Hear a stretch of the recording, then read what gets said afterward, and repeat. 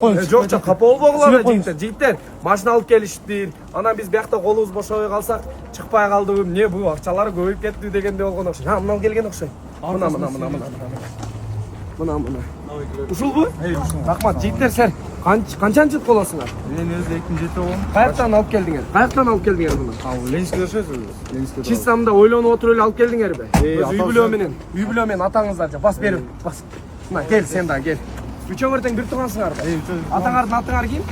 Данияр. Ана, бул Хамзанын атасы. Бул Асандын атасы.